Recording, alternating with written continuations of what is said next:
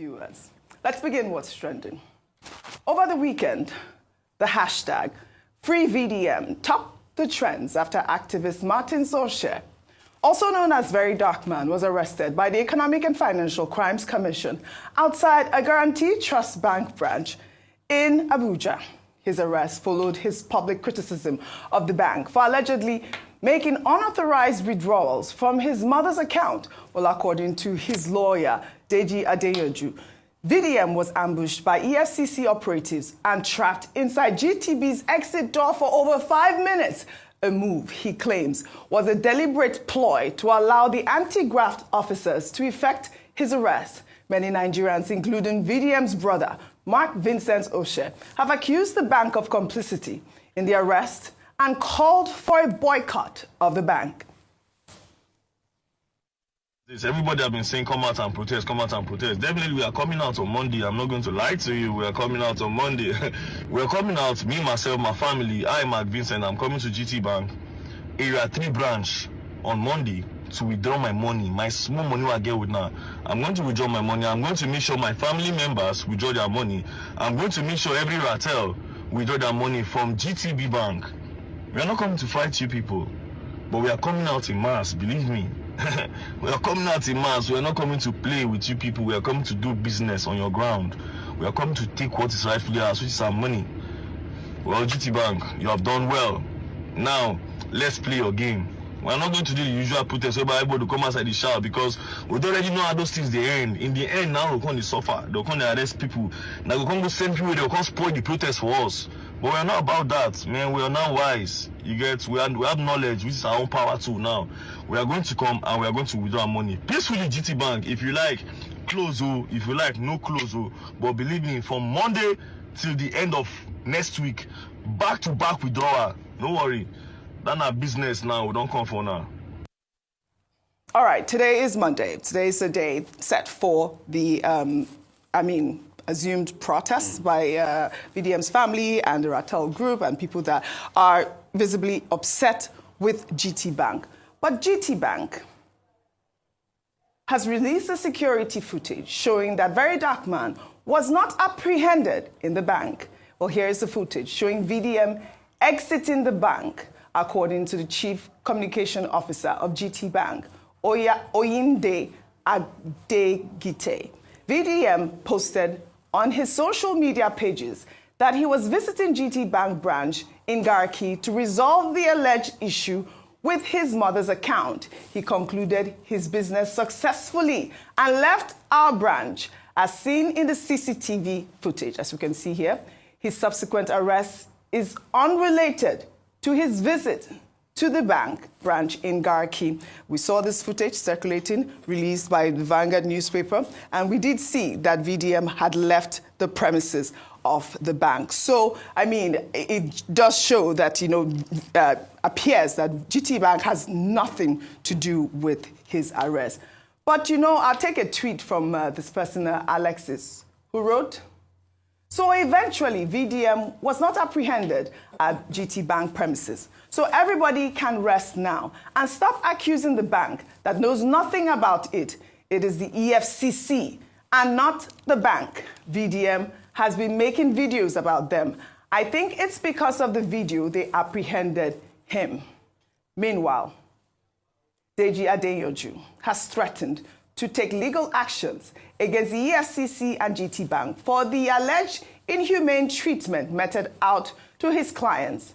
In a preliminary statement, VDM's legal team stated that their client and his associate, CPAC, were forcefully arrested at gunpoint outside a GT Bank in the presence of VDM's mother. They were allegedly beaten while blindfolded, labeled as bandits, and threatened. The legal team visited the EFCC and was shown an arrest warrant for VDM on allegations of cyber stalking issued by a magistrate in Wuse Zone 2. However, no formal charge or allegation was disclosed against VDM's associate, CPAC.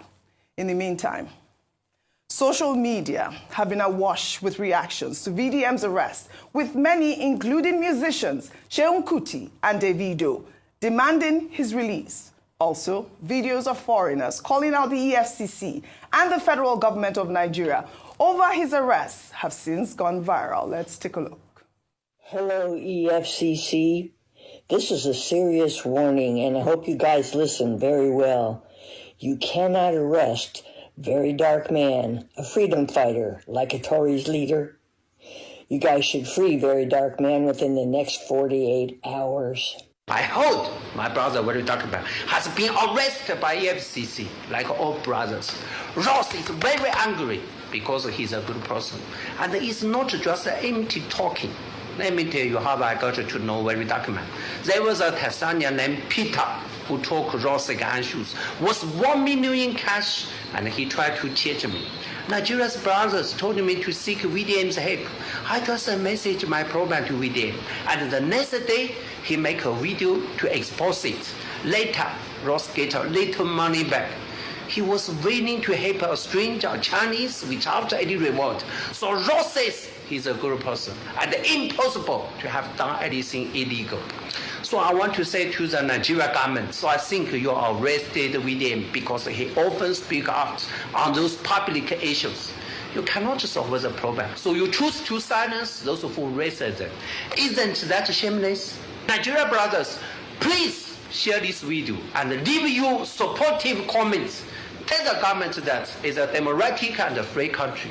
It should tolerate critical voice because all Nigeria wants their country to become better and stronger. Please release VDM immediately.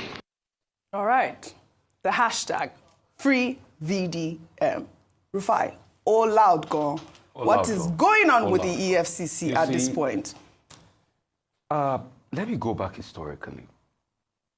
Yesterday, I was watching a documentary of Stalin, Russia, where people that didn't align were taken, were sent up to gulags, were sent up to concentration places. And I also remember the history of the Gestapo. The way and manner the EFCC or multi-agency I'm now hearing from my investigation did take the VDM was a Gestaporic style, and it's an aberration in a democracy. If you claim that you have petitions written against him, it is not you that you are the judge, executioner, and everything in the case. You let him have his day in courts. Today, you have violated his rights. You've kept him on there. And then some people will come and quote Akja. You've kept him on there for all these hours, passing the threshold of keeping people before you charge him to court. Till today, we've not had an official message out by the EFCC, which from my investigation, I discovered that it's a joint security body thing. Yes. It's not only the EFCC. And you were taken in that manner, blindfolded, pushed into a car in a Gestaporic style. We want to believe Nigeria is a democracy, but we don't believe so sometimes. We want to believe that the days of Abacha is long over, but we don't believe so sometimes. Because those days of Abacha was the days of rage in this country, where you watch what you said. But we don't believe so, because of what is happening in this country as we speak.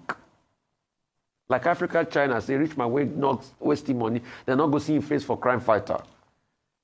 If you have petition written against the man, call the man forward to come and accept his petition. Why arresting him in that style? Until today, after many hours, the EFCC nor any government agency have not issued a statement. Yes, we've reached out to them. We have a right to hear from them. I have also reached out to the people I know in the EFCC. Yes. They've not issued a statement today. They've not issued a statement till now. So it is a very sad one for Nigeria. And the question is VDM to deal? Who is next? When are they going to do right? In this is a country, we see how people violate the law and they move off. It's in this country we had Yaya Bello that could resist arrest. We are not saying, please don't investigate him based on petitions written. All we are saying is, do it in a clean way. That's it. And let the rule of law take its course. Let him have his day in court. All right. Well, Vimbai, in the wake of all that drama, An old video of the late Afrobeat legend Fela Anikulapo Kuti during a tour with his Africa 70 band in Berlin in 1978, where he told the audience about what happens when you speak the truth, has gone viral. Let's take a look. When you are revolutionary and you talk the truth, people will come and slap you down. Then you talk the truth again, they lock you in jail. Then when you are very strong and you talk again, they may kill you. They may even burn your house down, like they burnt my house down at home. Now, when they burn my house finish, some friends who are very, Africans know they are very afraid of life. Hey, fella, yourself, don't talk the truth again. You see, they come and tell you not to say the truth again. Then I tell them and say, them never hear anything at all. Then go hear pansa pansa. Pansa pansa means they will hear more and more and more until they can hear no more, because the truth can never die. The late Afrobeat legend, the truth can never die. You always know that he spoke truth to power, and we're seeing that the very dark man also was following in his footsteps. Absolutely. Now, I mean, it's also important to put some historical context to what was happening in Berlin in Yes. what year was that? 1978. Yes. Because we know that that's before the fall of the Berlin Wall. Yes. And it was at the height of the Cold War, when there were tensions between the East and the West, Yes. communism, anti-communism, and so forth. It was a massive time, definitive moment Yes. in the global world order. So for him to go and perform and, you know, especially what he was saying at the time, as much as it is revolutionary now, at that point was even more revolutionary. And it just reminds us of why it's important to have advocates, to have revolutionaries, to have people who don't fit into conformity, but are bold enough to call a spade whenever they see it as such, because it's not always the easy thing to do. So to see Fela doing that, and to now see that, sadly, this message resonates with so many people today, is an indictment on where we are going. It's an indictment on when we're going, because we're supposed to look at this historically and say, look how far we've come.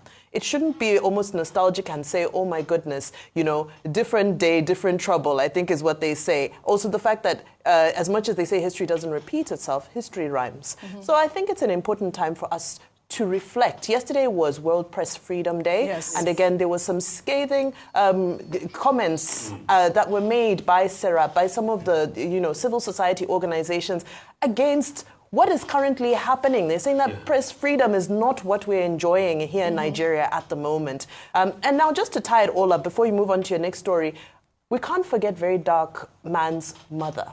Yes. Because her whereabouts are also still not confirmed. And even if he has something to answer for, I can't imagine why we would keep an elderly woman in custody for this long.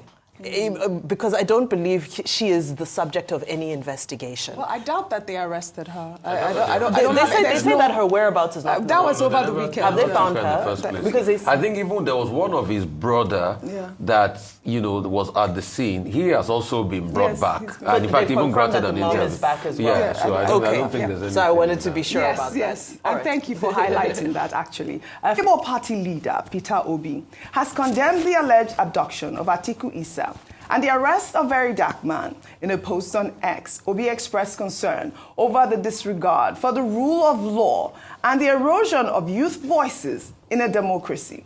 On the issue of VDM's arrest, Peter Obi wrote in part, "The arrest of Martin Vincent Osher, popularly known as Very Dark Man, though perhaps within the legal rights of security agencies, was carried out in a manner that left many Nigerians unsettled. One cannot help but ask, was it impossible to invite Mr. Osher in a civil, transparent, and legal manner?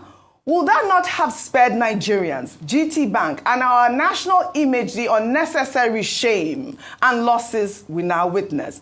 Similarly, troubling are the allegations surrounding the so-called adoption of the NANS president. If true, it raises critical questions about the independence of student leadership and subtle erosion of young voices in our democracy. Nigeria's youth should not feel coerced, silenced, or absorbed into political agendas that do not reflect their will. The opposition of young voices, whether through force, patronage, or intimidation, is a dangerous path that we must not normalize, and that is quite apt. I thought that Peter Obi here summed up really the voices of Nigerian youth and the people that are really aggrieved about this arrest of VDM or, the so-called abduction of, the NANS president. We will await an investigation as we'll take it here on What's Trending.